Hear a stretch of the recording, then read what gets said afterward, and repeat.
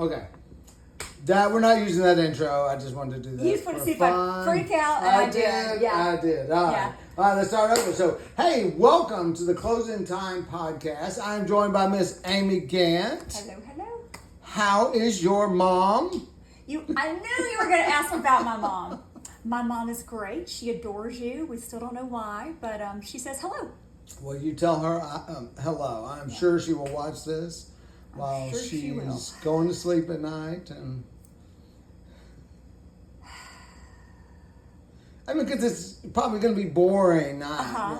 And then she'll want to go to sleep, and she'll be proud of her girl. So do we explain that you like to harass my mom, or we just let that go and make you wonder? No, moms like me. Moms still I'm like polite. you. I'm nice. And I pay her a little attention. You pay her a lot of attention. Yes, I do. Sometimes, yes, you do. And she cooks for you. She has. She hasn't in a while. We need to fix that. All you have to do, if she's watching this, I'm sure they'll be corrected very soon. So, Yes. Want chicken or you want cakes? Ooh, the fried chicken, yeah. She makes good fried chicken. She does. Dorothy makes the She fried does. chicken. Let's talk about Dorothy. So how did Dorothy influence your life to become a real estate agent? Can you connect it at all? You know, in hindsight, nobody's ever asked me that. So I grew up in, I was loved. We have a great family. But my parents weren't fluffy. Like, they didn't go, you're pretty and you're smart. Like, yeah, you're going to have to work harder for that. You're going to have to figure that out. So she said, you're not very pretty. You're going to have to work hard. No, I never walked around believing I can do anything. I knew that certain things in life were going to take more work. And so I wanted to go to a big university, graduate from high school. And she said, absolutely not. You're not mature enough to do this. You'll go off. You'll make stupid mistakes. If you want to go to college, prove you can do it. And I went to a small 2-year school first. I hate to say mother knows best, but she knew what she was doing. I probably wasn't mature enough to go off to a bigger school. So once I was in school and was a little more grounded, because teenage girls can not be so grounded at times, imagine that. Oh. She did encourage me to go find something I was good at. She knew I was good with people. I don't think real estate was actually on anybody's radar. I was actually a communications major with an emphasis in public relations. I've worked for a TV station. I've worked for a marketing and events companies. And So how long have you sold real estate? over 20 years. 20 years. Yeah. Wow. So you started late. That means you were in your 40s when you started. That is so not true, but it 30s, feels that way. 30s. It feels that way. Yeah. Okay. Which you don't sell real estate anymore. No, I'm actually a managing broker. You are the managing broker, and some big news came out that the lady that's taking over Noonan. Julie. Yeah, that's right, Julie Mobley. So Which you were doing Noonan, weren't you? Well, I was filling it. You were just covering it. Our broker in Noonan actually stepped back from managing, and managing, look, it's hard. I commend anybody who does it and then steps back from it. Julie actually took over our Fayetteville office whenever I switched into a regional position based out of our Peachtree City office. And so she has been my counterpart. And so we have a new broker we've added to Henry County that relieved her of some duties over there. Okay. So we realigned our Southern Crescent. So now we've got our culture and our agents down kind of consistently down I-75 and down 85. And we think it's going to be a better balance of people, of sales, of culture, everything together. So I think we've got a good team formed right now.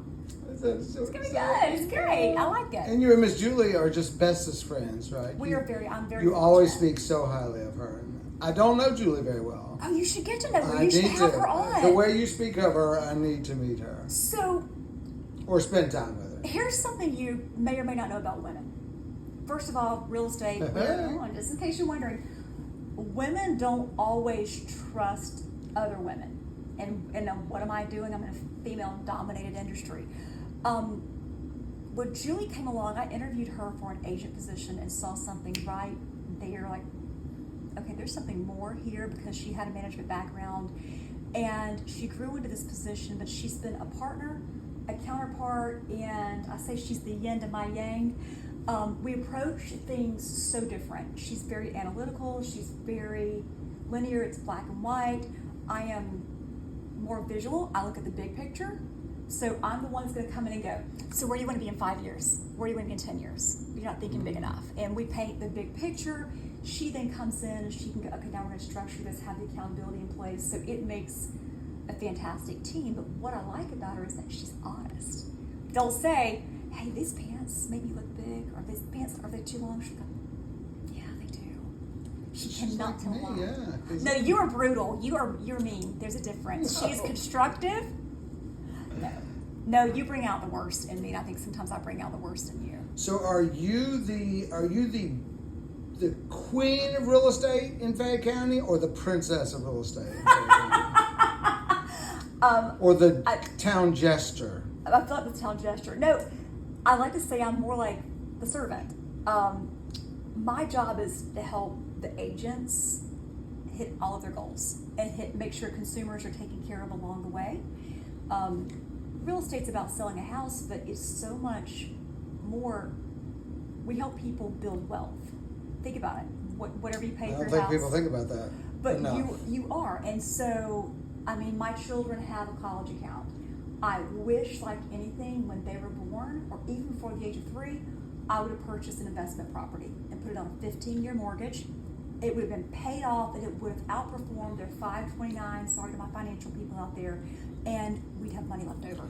Now, see, that's interesting, because this is something we don't want to talk about in real estate, and I don't know the answer, but I was listening to some traders talk, and they were joking because home builder stocks are down, and they were talking about, isn't it funny that they've been cramming that homeownership is the American dream down our throats all our lives, but if you look at, everybody's like, but look how much equity I've got. Well, and they use the examples, you paid $400,000 for that house, and it appreciated to $600, and you feel great, but you did a 30-year mortgage and paid $700 when you include interest and everything. Okay. So their whole thought was like, well, is it really a good investment to buy a house when...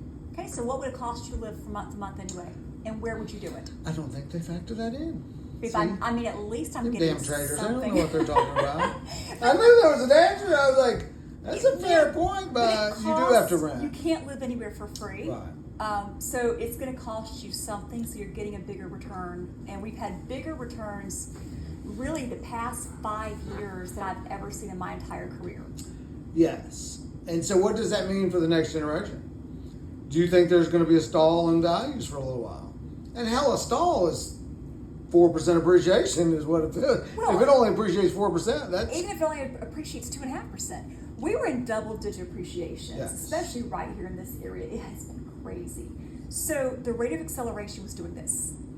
Now it's probably doing this, Yes. a little slower. So that needed to happen. And I'll go argue interest rates. I love a 3% rate, Yeah. but that was, good. it created this artificial reality that, oh, that's normal. There was nothing normal about a 3% interest rate. It was great for those of us who were able to take advantage of it. But if you go back and you look over 50 years, 100 years, 7% is pretty steady. Yeah. It's pretty average. And so that's the lock-in effect that is a buzzword. I did a video on that several months ago, but they're still talking about it. It's lingering longer than people expected. The lock-in effect is that people have these 3% and they do not want to let them go. That's right. And the number is dropping. Yeah. Where it was like 55% of people had 3% or under. Yep. And I think it's dropped below that. Not a huge amount, but it is dropping. I think it's getting to the point now where people are used to it and they just have to move. I mean, people have to go place to place. So the good news is, I think I saw a study, I want to say it was by Lawrence June with NAR, say that we are more invested in our homes in America than we've ever been at any other time in history, which is kind of a cool thing. So at one time, I had no appreciation for equity. It's like you only have it if you use it. Otherwise, it's just sitting there. But now that more homes are coming on the market, now there's still not an oversupply or anything like that, but we're up probably, depending on the county, 40 to 60% than from where we were 18 months ago.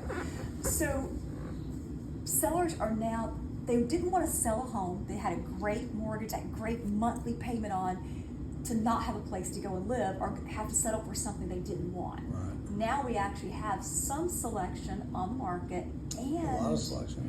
I saw a stat today, and I hope I'm getting this right.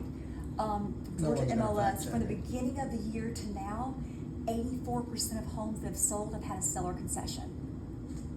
That's huge. That sellers are actually contributing to closing costs and stuff. 84%. So what was that? I figure in 2021 was probably two was the peak.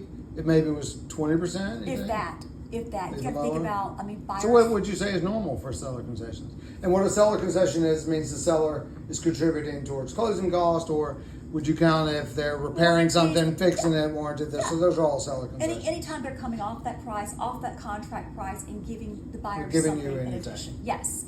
So if you go back historically, if you go when a house is priced appropriately, not only at any price, but within market range, average sales price to list price has been 97%. Now 2020, 2021, we were seeing 103%, even 105% on average, because buyers were making more than list price to get into a home. Now that number is coming back down, and we're averaging to that 97% again. So buyers feel like there's some negotiation. Yeah. Sellers are starting to realize there's some negotiation and get a little more strategic about their pricing. And I think that balance needs to happen because people either need to help with their down payment because the down payments are larger now with the price of houses, but they can also use that to buy down rates and to pay a point or do a temporary buy down or just whatever it is. And I think it's easier pill to swallow if me as a buyer, I don't have to pay $8,000, $10,000, $12,000 worth of closing costs because we keep telling them that marry the house, date the rate, that they're going to refi in a couple years. And they've got to be thinking, wow, I'm paying $12,000 in closing costs. I'm going to pay $12,000 again in 2 years. So it's nice to be able to get the seller to pay those closing costs. Well, and know what you're paying for. Know what you're asking for. Yeah. Get with somebody who's creative, and you don't have to know it all. But think about it. People live in the monthly payment. The average consumer, 2 years after they buy their home, cannot remember what they paid for it. But yet we have contracts we have houses that don't go to contract over $1,000. And the reality is we live in the monthly payment. What payment do you not want to exceed? Before I talk about pricing, what do you want to pay each month?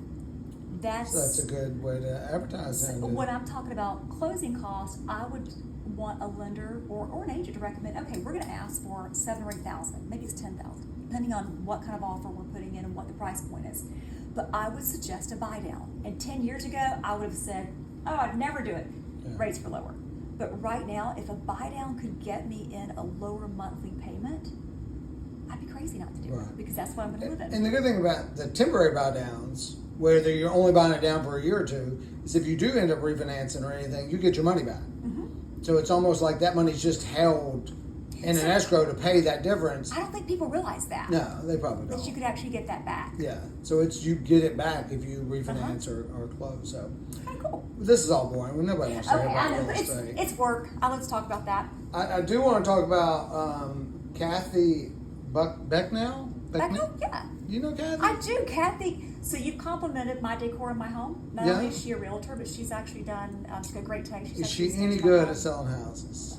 Terrible. I'm kidding. She's awesome. She's good. Is she good? Yeah. Is she going to be able to sell my neighbor's house? She has the neighbor's house listed. I just saw that. I saw Cass and Kathy over there. Yeah. She has a great eye, and she has this finesse with people. Yeah. I don't know if she's done the coaching. I don't know if you'd call it coaching, but I've not been inside.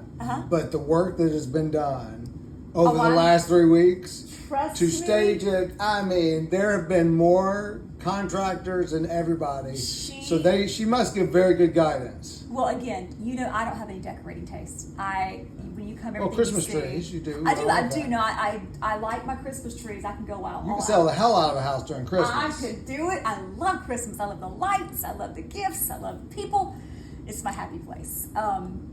And my Christmas trees are no longer out, just so you know. They were moved recently. Oh, good. You busted me on that. In July? Well, I had basement issues, and then I had to rearrange some things, but now they're back where they belong. Okay. But, yeah, she'll go in, she's going to stage, and I think right now, I know you don't want to talk about homes anymore, but homes that are staged are selling quicker. Yeah. So. No, I agree. I saw a great post in one of the forums about the agent just said, I've been doing this for a while, and I just feel lost because this house isn't moving and it should. And she uploaded some of her marketing, and people just gave her great feedback, and it was just such good energy. Yes. And everything made sense. And a lot of it was back to, hey, this is what you should change about the staging. There were people in it. And you need to emphasize the people lake, pets. right, and memories and all that. So it was just really cool to see. And a lot of people circle back to the staging of the house. They're like, you're showing that empty bedroom, and that bedroom looks tiny. Well, You've it's a got box. to, It's like a selling it's just a condo. box. It's walls and floors. Right. You can't spatially, you can't tell. Yeah. Now on the other end, sometimes we take photos and we zoom so far out, it looks like it's going to be the biggest kitchen you've ever seen. It's like, oh, this is it. Oh, here's one wall and there's the other. So do you think Kathy can sell a house if a neighbor is trying to sabotage the sale and don't want the neighbors to leave? What if, say, they blow the leaves off at 5:30 every morning? it could take a little longer. People always go out and meet the neighbors. I prefer to wait until they're under contract and walk over during the home inspection. Do they do that? Oh my gosh, yes. Neighbors will go over during home inspection. That's when they spill the tea. Yes, you will find out. So it would be my job to go over there Yes. and go, what are you doing? You're moving in here. You Don't know, you there's something buried in the backyard. Yeah, all kinds of. Yes, Yes. neighbors think of all kinds of things. So how do I know when that inspection's scheduled? I just got to look out the door? You I gotta gotta... pay attention. You gotta Oh pay my attention when you see God. trucks out there. So has that happened? You as a broker, I know you problem Yes. solve a lot. Yes. You have a good story for us about, we'll start there with a neighbor. yes. With a neighbor that has sabotaged the sale. I'm sure they probably hated their neighbor and they just sabotaged it to screw over their neighbor. But Actually, one that I thought would have messed up the sale and ended up okay. The neighbor walked over and said, "Hey, can I come in the house too?" And it was during the home inspection. I said, sure. He said, "I'm friends with the guy who used to live here." And she said, "We're buying it from a woman." He said, "Oh yeah, she shot him. I want to see if they patched up the wall yet." Yes. But what are the disclosure laws when No, there's no. They ask. if they must ask tell. you have to tell them? Mm-hmm. Did he die in that situation? Or I she hit the don't wall? remember. I want to say he died.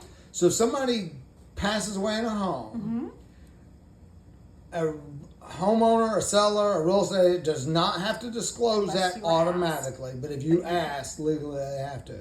That's correct. Do people even think to ask that? Yes. In Do fact, they? we had people who said, "I need to make sure no one's died in the house." We've had some people who wanted to know if there was a ghost in the house. We have no Somebody way died of in this testing house? that. Really? I'm pretty sure I never really asked, but they, I ask.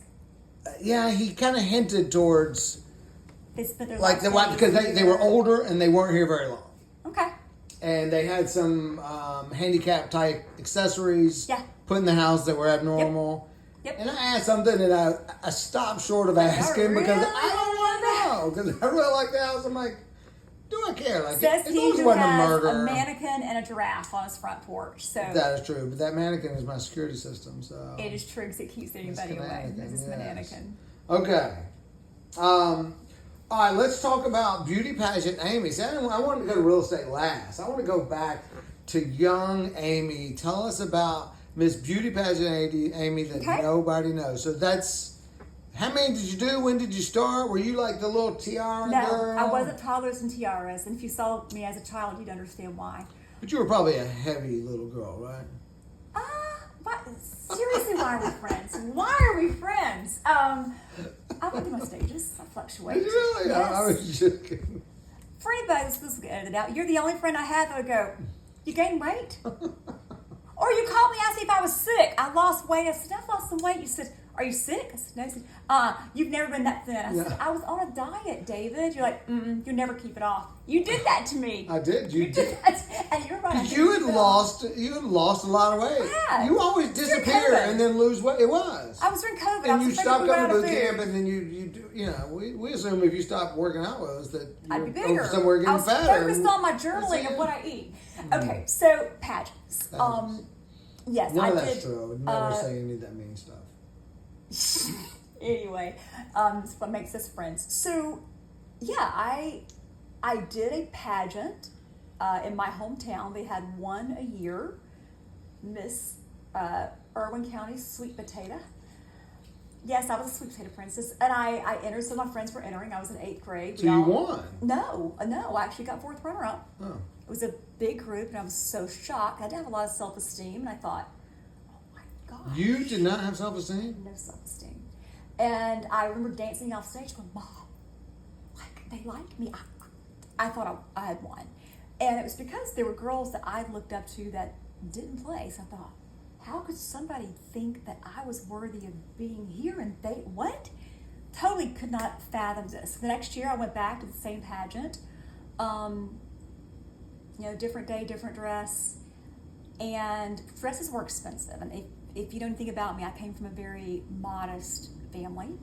So we had to rent it the next year. And it was not the most beautiful of gowns, but Mom said, just get out there and smile big and everybody's going to notice your dress. And I thought, that's the dumbest thing you could ever tell a teenager. Why would you say this? All lies. Got 1st runner-up. Wow. And that was kind of cool. Next year I went back, won. I was Miss Georgia Sweet Potato. It was Junior Miss. And so, no big deal. You don't really get any big prizes for that. But then comes college, when Miss Amy decides she's going to go to college. And I don't know why my parents were shocked. They will deny it to this day. My mom said, you can go to vocationals, you can go to VoTech. You can go work for your dad, or you can go work at a bank.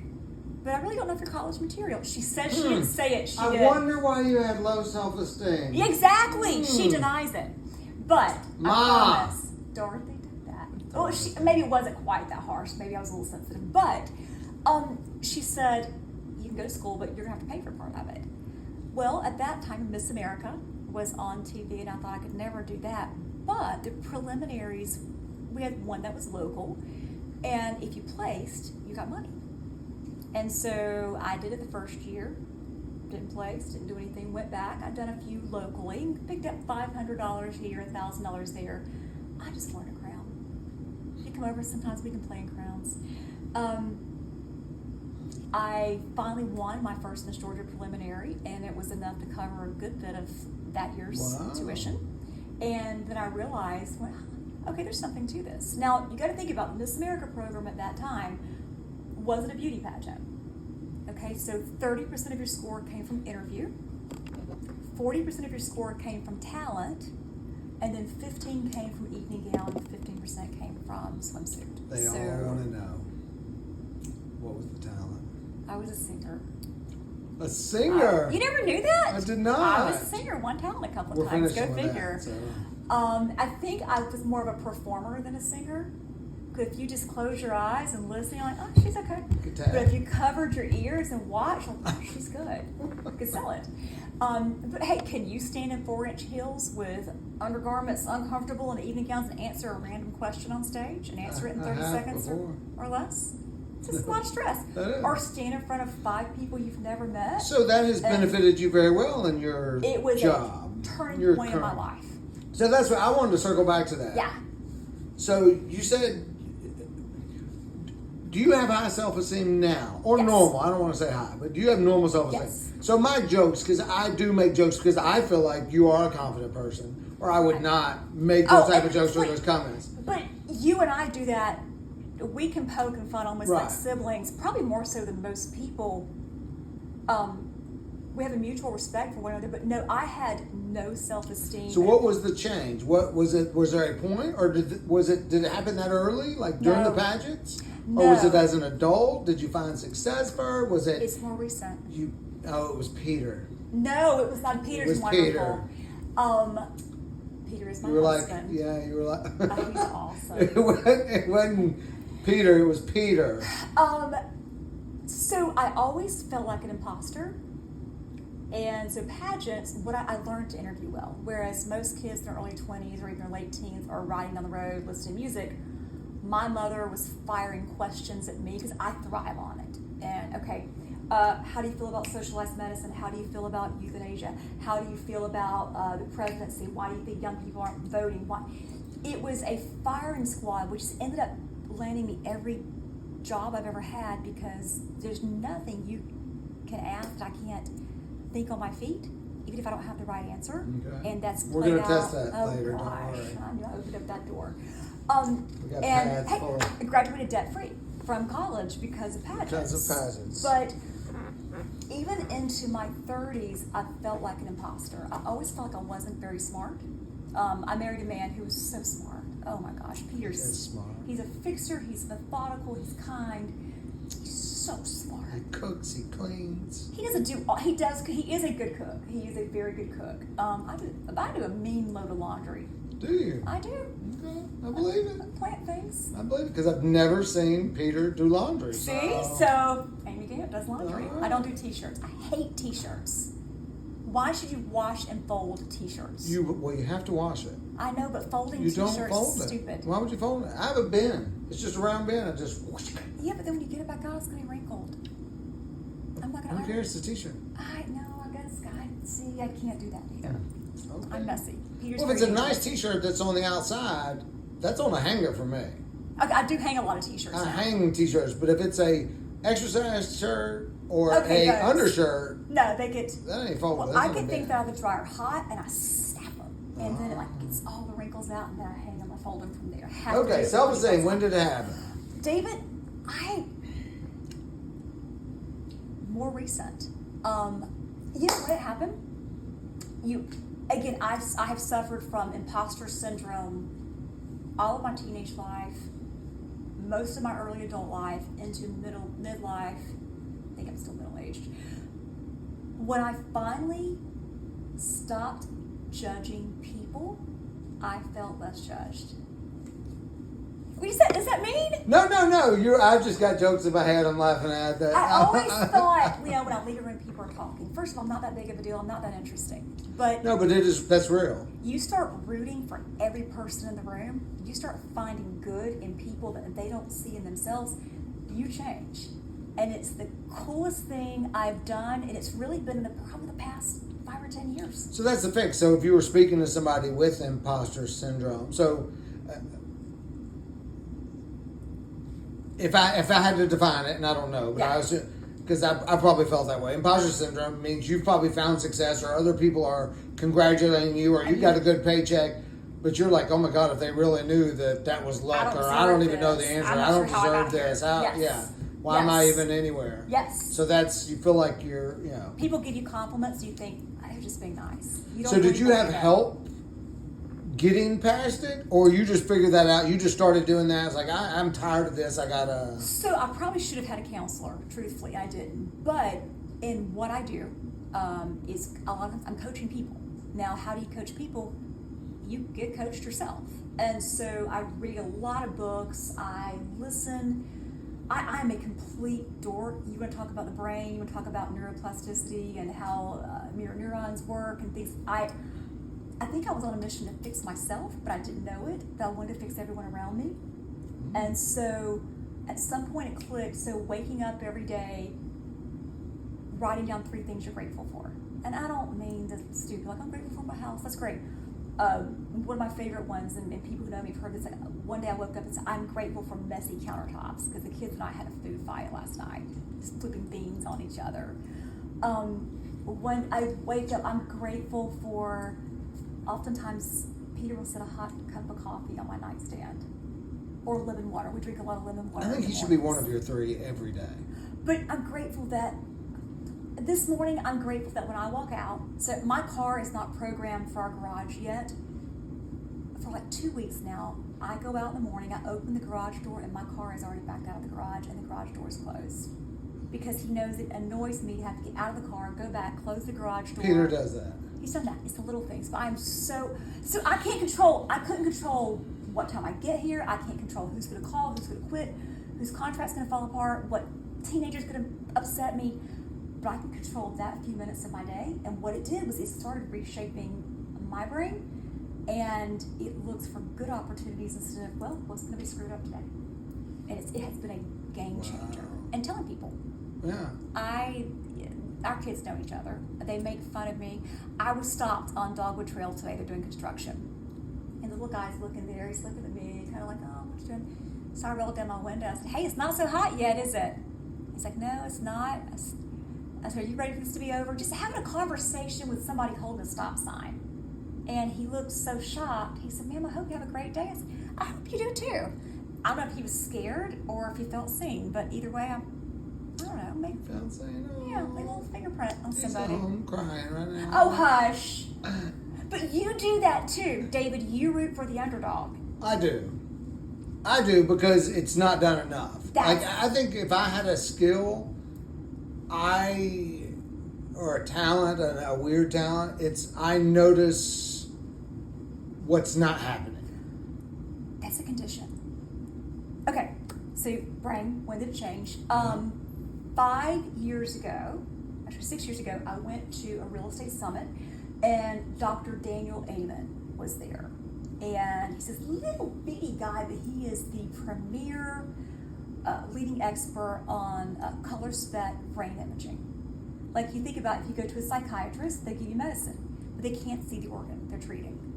So is there proper blood flow? Is it functioning properly? Has there been a concussion? Are you predisposed to something? So he creates, for lack of better words, an MRI, but it tracks, and it's in color, and it tracks your blood flow. And so this is typically not covered by your insurance. We did that for Aiden, yeah. Cost about $5,000. Yep. We did that for Aiden. So did you do all the tests, and like you're sitting there looking at faces? Are you happy, sad? You click them really fast. His mother took him, but I paid the $5,000. So my dad had a diagnosis, and I wanted to make sure that I wasn't predisposed to the same thing, and so I wanted to take preventative measures. So when I did the color spec brain imaging, first he said, have you ever been treated for ADHD? I said, no, absolutely not. He said, you need to. Because they could tell based on the blood flow. But I have a spot. I could have told you without the blood flow. Hush. So there was a spot on my brain that he said, are you predisposed to negativity? I said, no, I don't think so at all. He said, do you ever stand in front of people, or are you ever in a teaching environment? I said, oh yes, I love to teach people. He said, do you notice the people who are happy or the people who are not happy in the room? When you enter a room, do you gravitate someone who is sad or in a corner, or the loudest people? You do this too. I am predisposed to noticing pain points in people. If I'm at a meeting, okay, they're good, but who's not good over here? It's a fixer. Now, here's the downside of that, is that can also lead to more anxiety, and sometimes even lead to depression in people because they feel like they're always wanting to fix someone. Ever heard that one? Yeah. I don't. It's an actual condition. I've never really dealt with depression or anxiety. I have moments where I'm more like, I'm just done, and I'll have to shut off from everybody for 48 hours, and then it's all gone. I'm back to normal. So okay. But one thing, odd that you said this, like when I'm at a football game and we're all cheering, go Dogs, and there's a play, and everybody disagrees. He wasn't offsides. Yeah. I'm like, he was offsides. Yeah. Like, and all of my friends are screaming that wasn't holding, and I've always felt like I was like, why do I always agree, or like I see the opposite? Like I'm like, he was clearly offsides, and they're all never seen you as a diplomat, but that's also the personality trait. Yeah. Yeah. I always thought it was weird because I was like, why am I the only one that? And you're a diediehard fan. Oh yeah, and I'm like, but every time I was like, he was clearly holding. Like, why are you yelling? Yep. You know, or if he wasn't holding, it was like, well, I mean, they let it go. You have a logical weird. Maybe I need to have a brain scan. You learn a lot about yourself. And for instance, when I was 14, I was in a car accident and had amnesia. I have a 24-hour period where I remember bits and pieces, but none of it fits together. I hit my head on the side of a car. For years, my own parents said, yeah, I'm not sure if I believe her. She's just afraid she's going to get in trouble. I was with friends. Your brain is like, for lack of better words, a tub of butter. So if you drop it, there's an indentation. It doesn't break the butter, but it's bruised. Yeah. On this, it showed up. He said, Amy, what? Have you had head trauma? I said, no, I don't think so. He said, this could affect your memory. I went, oh, 1987. Yes, I did. So that is the same scan because they talked about those small concussions that we don't even remember can cause depression and all these mental health disorders that we're seeing. Have scanned. It comes from, because they looked and said, Aiden, did you have and we don't remember it. I had a brain We still couldn't think. And the guy said, you had a major concussion as a very young child in the front of your head. I was like, oh. I had two. I had one on one side, which was dropped on my head. Wow. Accident, but I had brain bleed. It was You're not. not looking good here. It was in more recent years. I will say I did look at if I die, no. Peter's Wait a not gonna minute. take You me got to dropped hospital. on your head recently? One of the kids had a plate, and they were little, and I was laying down. They dropped it on my head by accident. Oh, I thought you meant someone was No, carrying you and no. dropped you on your head. No, if somebody tried to carry me, I have a risk of being dropped on my head. But no, and Peter does not believe in going to a doctor unnecessarily, and so it's like, oh my gosh, I'm seeing stars. I don't know what to do. I'm very, very sleepy. He's like, well, just sleep it off. I had a brain bleed, Oh. which he feels Ma! terrible about. Oh, wait, that. that was Peter It was this time. Peter, perfect Peter. Well,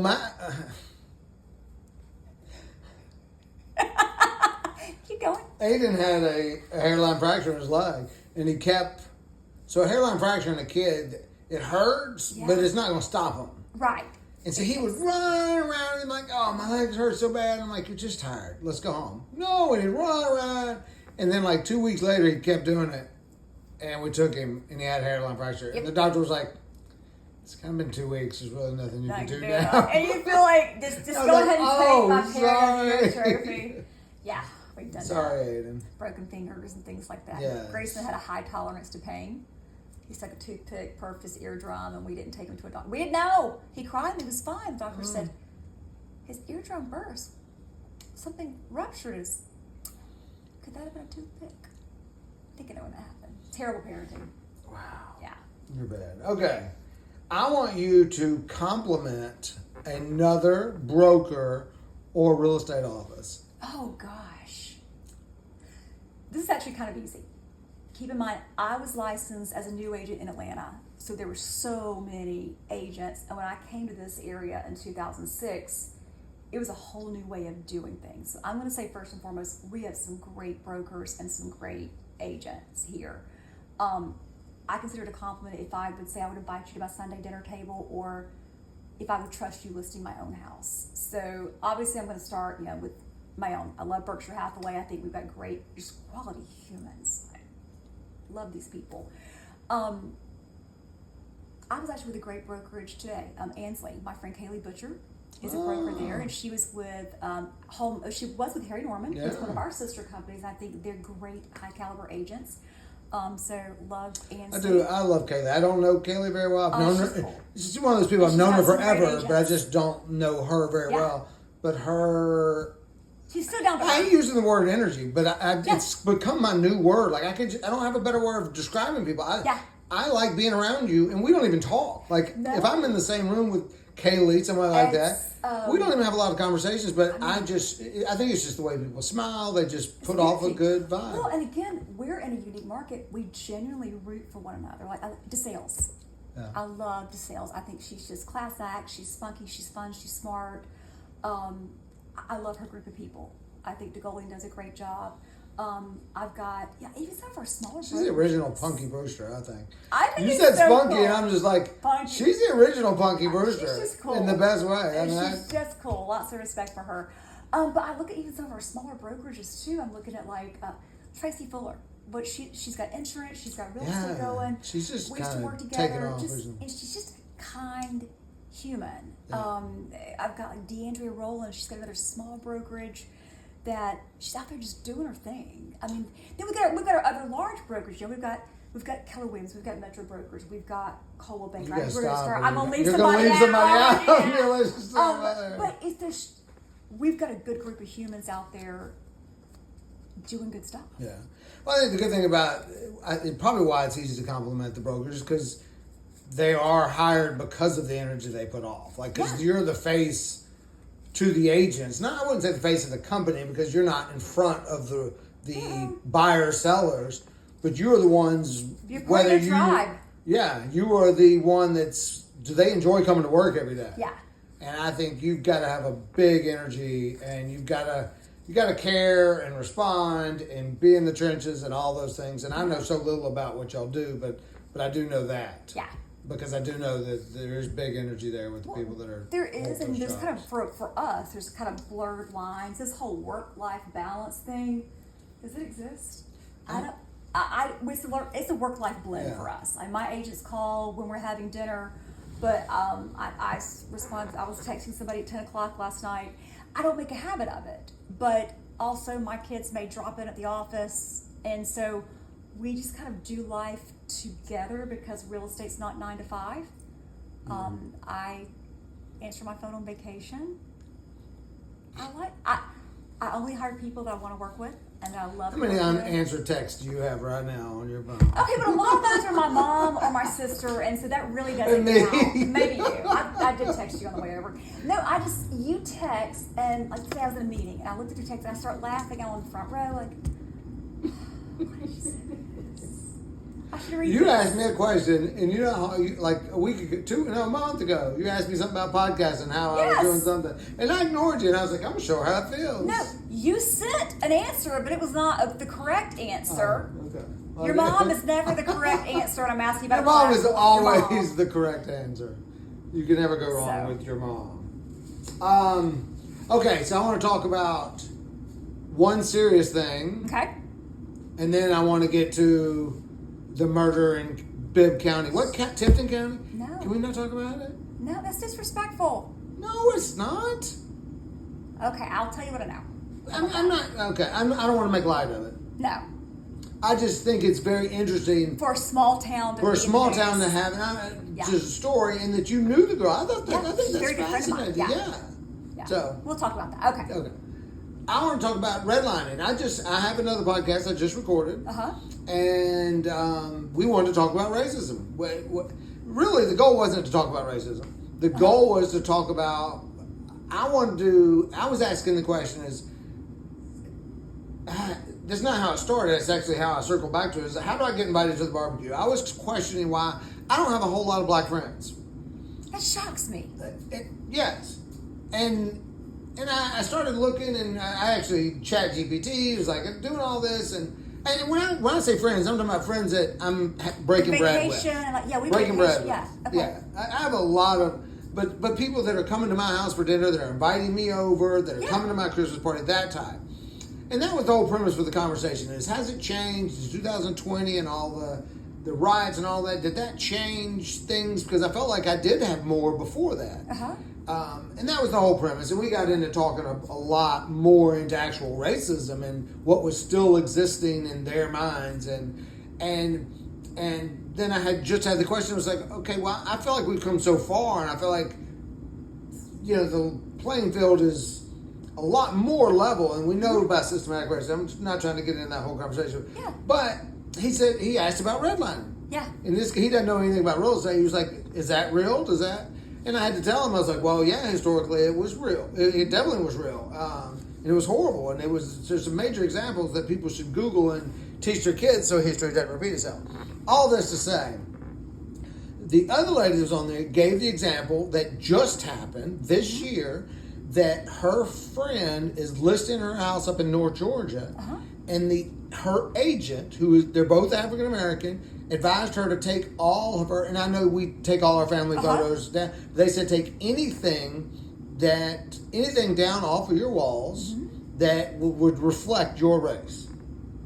She said her agent told her that, and she said, has anybody ever come in your house and said take anything white off your walls? Even though the one guy told me to take all my Georgia Bulldog stuff down. So that's kind of the same.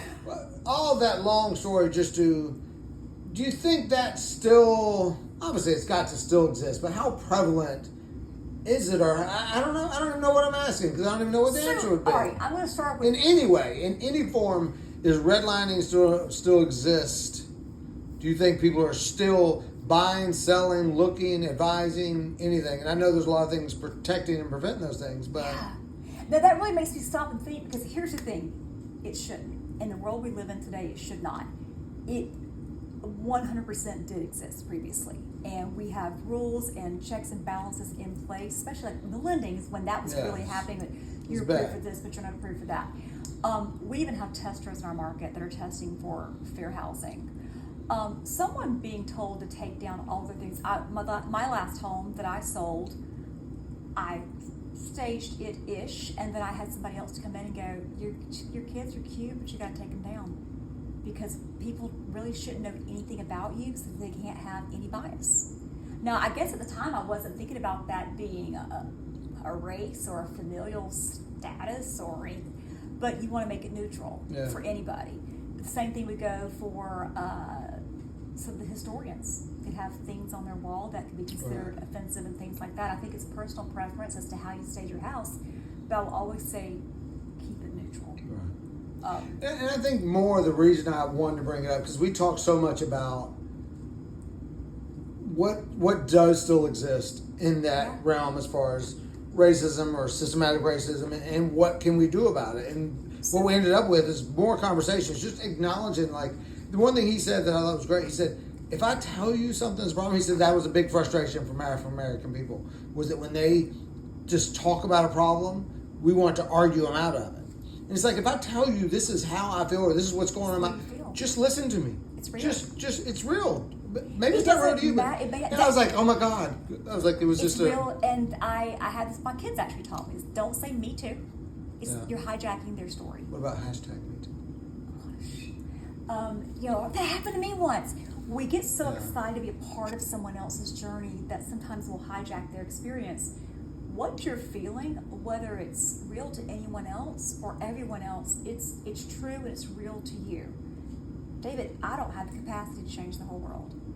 I do have the capacity to change from me to you at any given time, and you've got the capacity to change from you to me. You got to listen to my podcast. I said the same thing. Oh, really? Yeah. I said, because I think Andy Stanton talked about it. He's like, stop trying to fix the world. Just fix your neighbor. Fix 3 feet around. Just bring your neighbor's trash can up one day. Yes. Just do that. Talk to the guy at the construction site. Talk to the guy at the construction site. Don't worry about fixing the world. Pay for somebody's stuff behind you. Stop and compliment. Like, I love big hats. These women wear big hats to church. I was in South Georgia at the steakhouse with my parents recently, and I watched my mother go and engage someone who had to have, it was a big lavender hat with big bow. And I thought, I'll be you when I grow up. And it made this woman's day. She said, well, you won't believe this. I got it on sale. And I watched my mother and I watched this woman talk. I had to go over and go, okay, we've all been eyeballing it. Complimenting somebody and genuinely meaning it, it creates that little sense of community. Yeah. And I think we all have some level of bias. Think about it, in kindergarten, you go to people who wear the same shoes or people who have the same haircut. I think it forms cliques, and then you start to have this almost like an unconscious bias. But talking about it starts to break down some of those walls. Right. So I have good moments and bad moments with that, because I love the way people react when you just say, oh my God, I love it. If you just see somebody at the store, they're cashier, I love that shirt. And then half the time I'm conscious, like, oh my God, I just saw a TikTok where they're like, stop harassing me. Stop, And so I'm like so conscious about the line between complimenting somebody and being a creep. Look, you can tell if somebody doesn't want to engage. Right. I teach little people on Sundays, and so don't take the hat off and put it on my head and go, I love your hat. No, don't even touch their hat unless they give you permission to.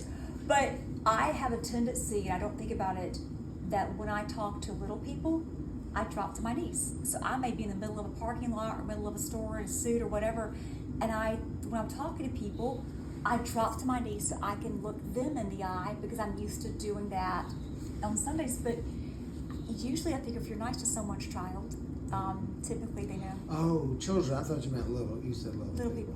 Children, toddlers. Gosh, you're so little people.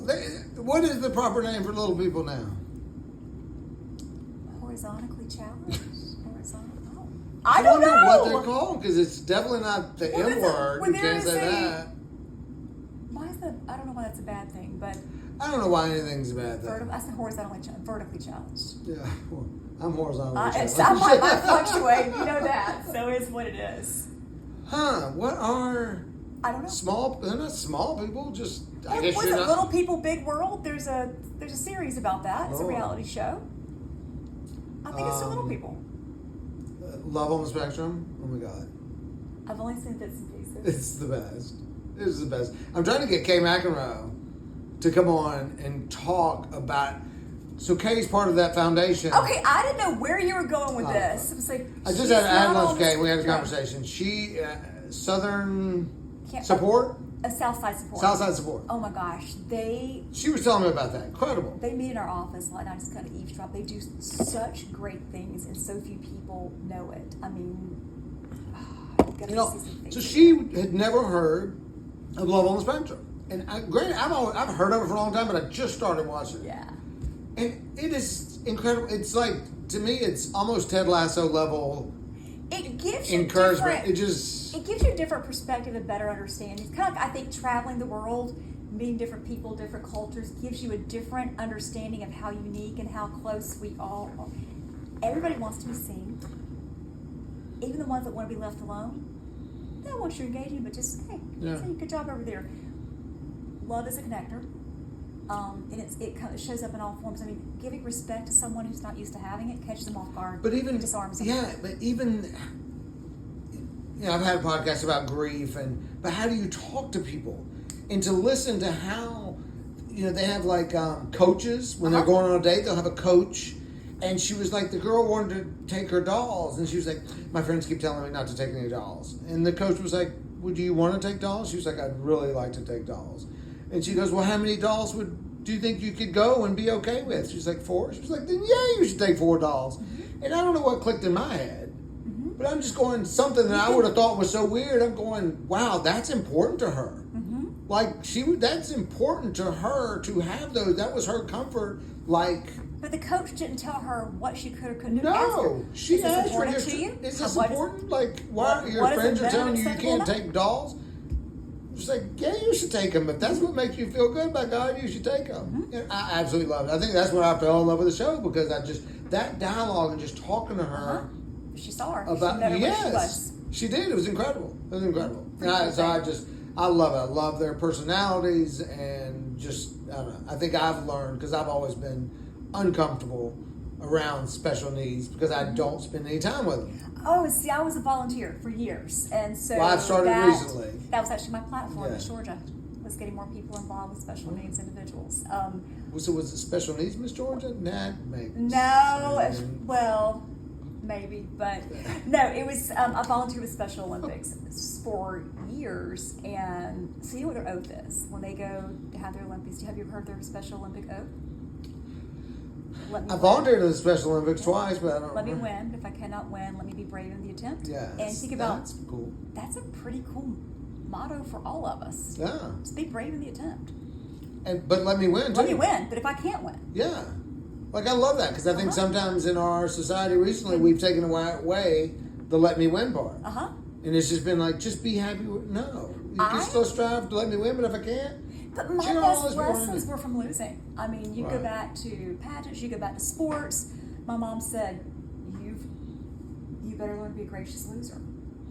Actually, I think what she said was, if you're a bratty winner or if you're a bratty loser, I'll pull your butt out of here so quick you'll never do them again. I think those were closer to what she said. Are there home videos of your mom? Because I could just imagine she was she's like a That 70s Show mom that was just hardcore. But now my dad, they go, okay, it's down to the final 3. I think she's got it, Dad. He said, no, I think number 4 is going to beat her. She's just going to I mean, my dad, I won Miss Columbus USA. It's for all the Columbuses. Oh, it's like 13. In the nation go, you compete in Columbus, Ohio. It's hosted by the Italian American Association. They host all these states. And it's predominantly, picture more of a sales pitch for your city. But it was good scholarship money. And I win. You've got my sweet Southern daddy going, golly bum, I can't believe she did that. Dorothy, can you believe she won? I can't believe it. I can't believe it.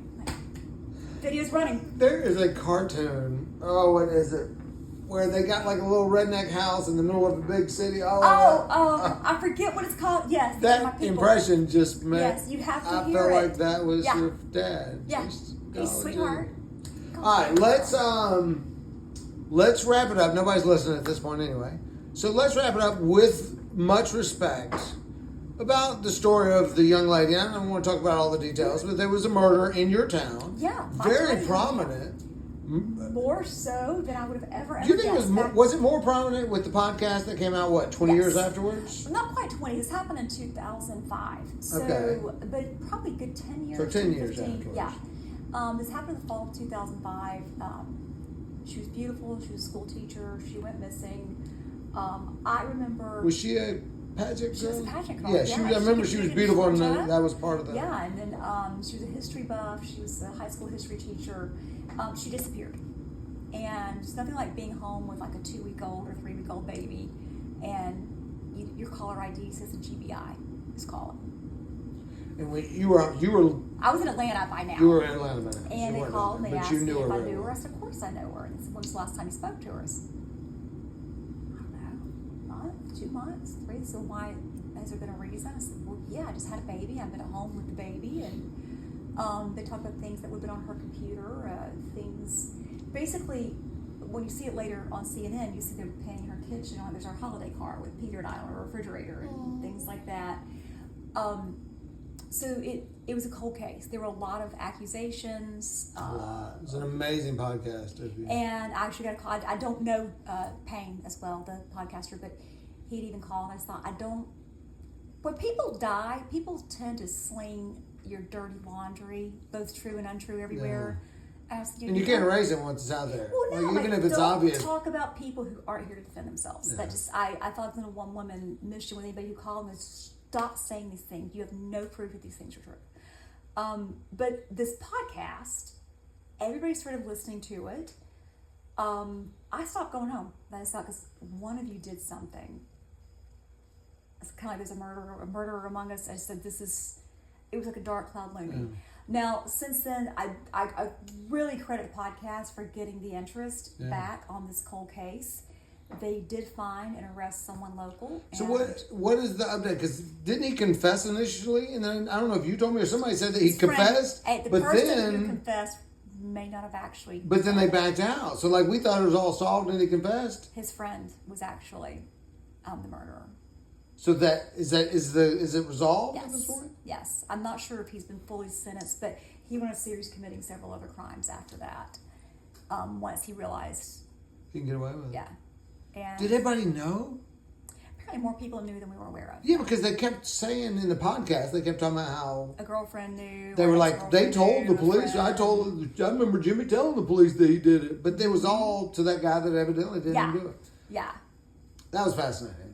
It was so unhinged to think about this sweet, quaint, small towns, just great people, and the families of the guys, both the victim and the people who committed it. They're good people, but it went off the rails somewhere and was a heinous act. Horrible. Yeah. It was terrible. I mean, It was. I don't know if that's what makes it so interesting that young people could do something so horrible. It takes days and horrible. Yes, that wasn't an impulse. No, it was continual for years. And yeah, you look at the people like the girlfriends, the ex-wives, people who were involved that kind of like were taunting him maybe with, oh, we could let this out. And, have they picked up more episodes of the podcast? Do I need to go look? I don't know.